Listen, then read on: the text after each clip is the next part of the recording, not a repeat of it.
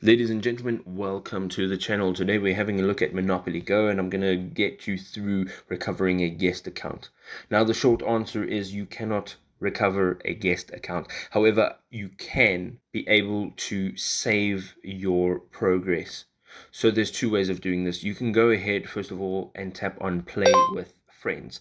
Now you'll just have to tap on confirm, and the next step will involve you logging into your Facebook account so that you can create your Monopoly Go account with your Facebook account. Okay, so I've got two over here.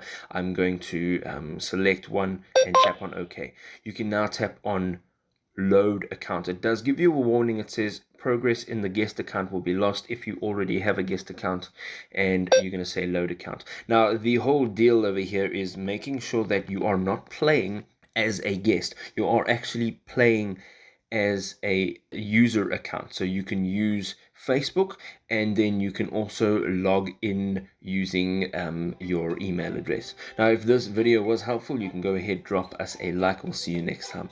Cheers.